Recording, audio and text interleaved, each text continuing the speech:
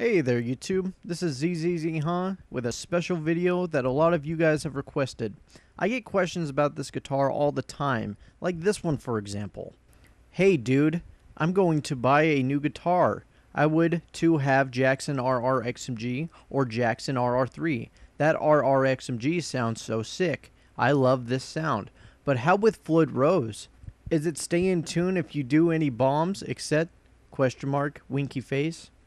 It seems like almost every video I upload, I get someone asking questions like this, and others as well. So fuck it.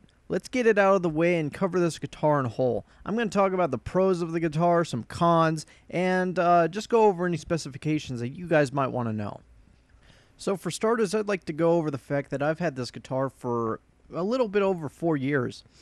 And at the time, I couldn't find any information about the guitar, and it was so new that websites didn't even have pictures of it. So you'll be surprised to find out that I actually have the 4th one ever made, as you can see on the serial number right here. Since then, the lineup has had other colors made for it as well, including black with white stripes, black and pink, "'Cause it's so metal, bro." and my favorite, the black and the yellow. That one looks awesome. But back then, 2 colors were only available. The black and the white with the black pinstripes, like mine right here. Before I keep going, let me play a little bit so I don't read a comment saying, "Oh my god, just play!"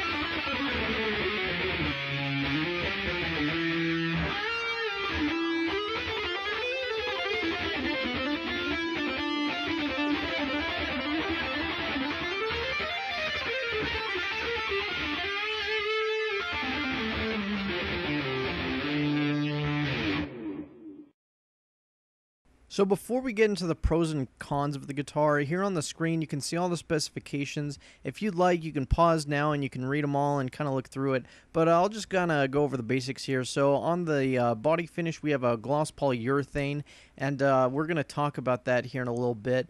The neck material is a 3-piece maple neck with a body through graphite reinforcement, and then the neck shape is going to be a speed neck, so you can just kind of slide across real quick and you can just kind of bust out solos just like that.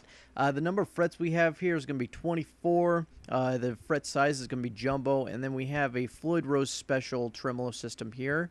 We have EMG 81 and EMG 85 pickups in this thing, and on my unboxing video you might have noticed they actually switched them around, so this one's actually going to be 85 and this one's going to be 81 right here. So for the knobs, we have a volume control, and then we have a tone knob for the bridge and a tone knob for the neck. Alright, so now that we got all the factual fun stuff out of the way, let's go ahead and go over some pros of this guitar. The first thing I want to mention is that the EMGs on this thing just sound absolutely great. Whether you're doing a clean open chord like this,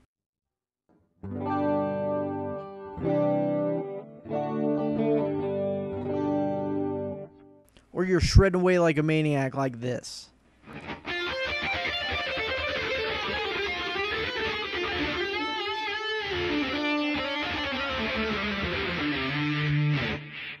The sound is easily one of the best things about this guitar.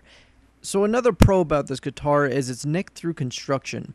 See, When you have a bolt-on neck, you actually lose a lot of sustain with the tone of your guitar. And that's the biggest thing I want to point out about this guitar, is the tone of it. It keeps notes and it makes them sound fresh and very organic, and I love that about this guitar. And the guitar delivers this with design as well. The look itself is easily one of the best features that comes with this guitar specifically. Whether you're up on stage or you're just playing around, this guitar is an eye candy and really stands out among the crowd. I would say Mr. Rhodes had a very good taste on what a guitar should look like, and this one is no exception. I love the pointiness of it. It just has a very aggressive style to it. You can imagine a lot of famous people playing this guitar and thinking, yeah, he's a badass. Another thing I can't stress enough about the RRXMG is how evenly the body weight is. When you stand up with this guitar, it's very comfortable, and it's due to the neck not diving forward or the body leaning back. I can let my hands go just like this, and it'll leave it pretty much exactly where I left off. And that alone is a huge plus in my opinion, especially when you're up on stage. Now, just like my LTD, the headstock is going to be a 6-in-line tuning system, and this is extremely convenient when you're changing strings or you're just doing a simple tuning, although most of that is done with the Floyd Rose system down here. Now, let's move on to some cons about the guitar that I hope answers everyone's question, and boy do I have a lot to say. Though this guitar looks white, both in pictures and on video, especially mine, in person it has more of a cream look to it. Several factors cause this to happen: the wood itself, the base coat they use, cheap paint, or the clear coat. In this case, however, the issue is the gloss polyurethane that is on the actual paint. Now, in my opinion, this is rather disappointing. I paid an extra $150 for the white option. And yes, you pay more simply for paint. So for this guitar to not actually have the white finish that it looks to promise might turn some customers away. Another con is just the way you sit and play it. If you have never played a V before, let me give you a demonstration. With my LTD or my other guitar, What the fuck is this thing? you sit with the body resting against your leg. This is comfortable, makes reaching both the top and bottom frets with ease. Now try moving the guitar so that it rests on your leg, like this. Notice how the first 3 to 5 frets move far up away from where your arm is. Now my arm has this weird bend in it, so it's really stretching and it's kind of hard to move your fingers around. This is what a V is played like. Plus the 24 frets on this thing means that the neck is even longer, so you might end up hitting a wall or a desk or something like that with the body of it. Shit. But on the contrary, reaching the higher frets is extremely easy, and standing up doesn't cause this issue at all.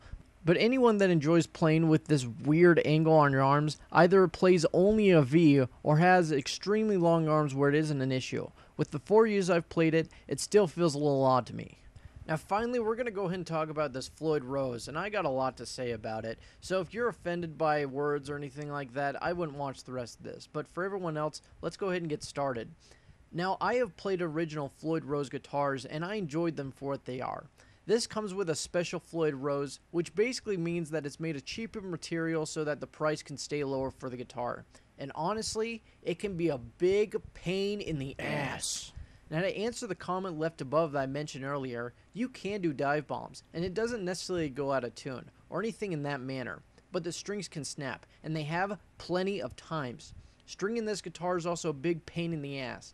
Even a regular Floyd Rose suffers from the same problem. You can watch every video on YouTube, look up forums about it, but you will not get this guitar set up right until you waste a good 30 minutes to an hour, and that's bullshit.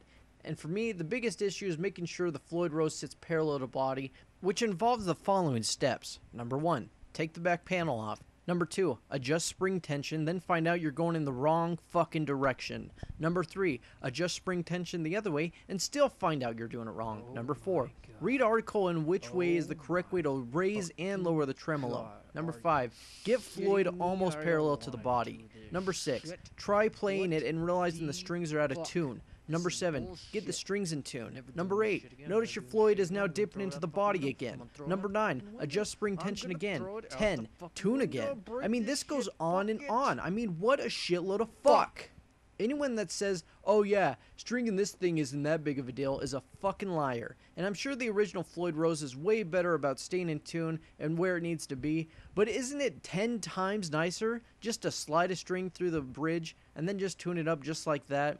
I'm aware that a Keller has a design similar to that, and it works just fine. So why doesn't Floyd do the exact same thing? I mean, you even have to clip off the bottom of it, which isn't that big of a deal, but then you have to worry about them sliding back out. Whew. Alright, I might have a heart attack if I keep on going on with this, but let's go ahead and look at how you actually play with this Floyd Rose. Palm muting is a big part of metal music, and it's mostly what I like to do. And doing it on a fixed bridge is very simple. Just have the flesh of your hand on the bridge and just strum, just like this. But with the Floyd Rose, it becomes a bit more tricky. For my playing, I enjoy resting my fingers, and I end up hitting this volume knob right here. And that's another issue with this guitar and my playing style. This knob should not be this close. Why not move it down towards the others or something like that? But besides that, resting your flesh on this isn't nearly as comfortable as being on a fixed bridge. Now keep this in mind, this guitar might be made more for solos than it does amazing at that, but the versatility is what all players would want. This guitar can be a rhythm and be a lead, but it easily leans more towards shredding than practicality. So with all that being said, should you buy this guitar? Well, if I had this guitar stolen or got damaged in some sort of way, would I personally buy one? No. Now, don't think this is a bad guitar. I don't hate this guitar, and I don't think anyone should. Jackson, you keep on selling this because plenty of people are going to love it.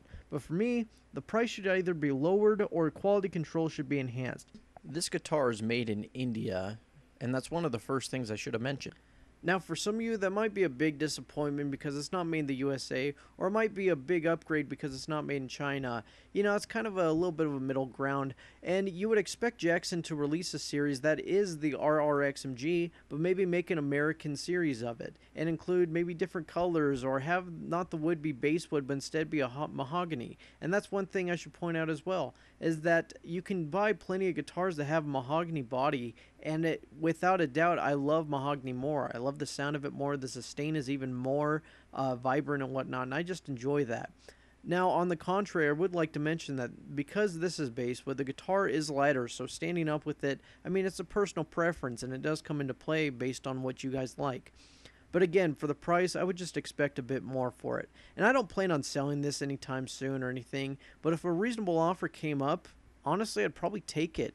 Getting a BC Rich Bitch is the one guitar that is on my to-do list. I took this picture of a Rich Bitch ST that they made a while ago, and I added some black striping to it and did a 6-in-line headstock, and for me, this guitar just looks absolutely fantastic. I love the sharpness of it. I mean, it just really kind of screams the 80s, but at the same sense, it brings a modern feel to it. And for me, that guitar right there is probably what my Jackson is to some of you. So what would I personally rate this guitar? Well, to be honest, I'd give it a 7 out of 10. I think if this came with an original Floyd Rose, most of my complaints would just be a little bit of nitpicking. And I could install one, but to just have one that comes with it would just be a nice addition, and it would really make it to where the price is understandable. Now, if you have any questions that I didn't answer or anything like that, feel free to leave them below, and I will answer them as soon as I get done stringing this fucker and getting it to where it sits right. Until next time, this is zzzhuh saying metal up your ass.